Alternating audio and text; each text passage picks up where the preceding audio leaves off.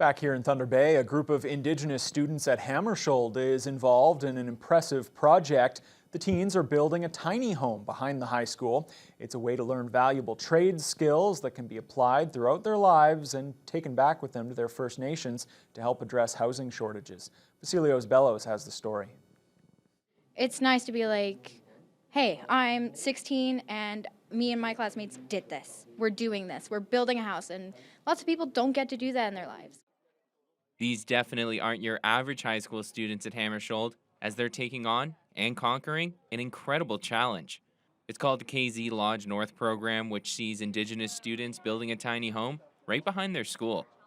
It's a way of teaching them important trade skills that they can bring into their careers if they choose the field, or back to their First Nations to create more affordable housing. It's made possible through funding from the Canada Mortgage and Housing Corporation. The Lakehead Social Planning Council handles these dollars, with program manager Bonnie Krizawati explaining that many other groups have helped make this possible.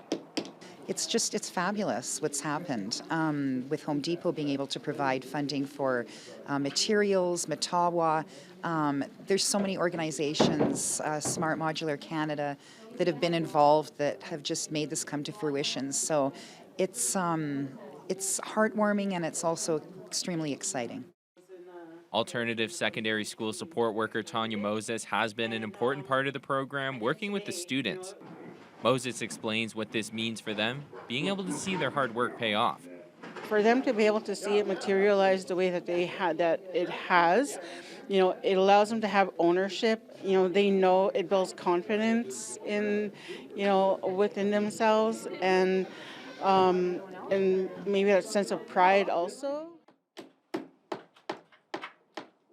For the students themselves, they're learning skills both relevant to the trades and beyond. Measure properly and how to, cut lumber, how to know what lumber to get in the first place.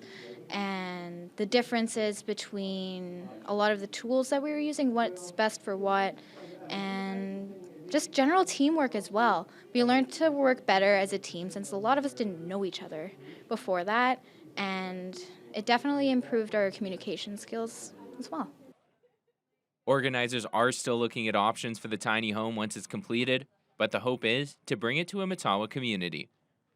Vasilios Bellows, TBT News.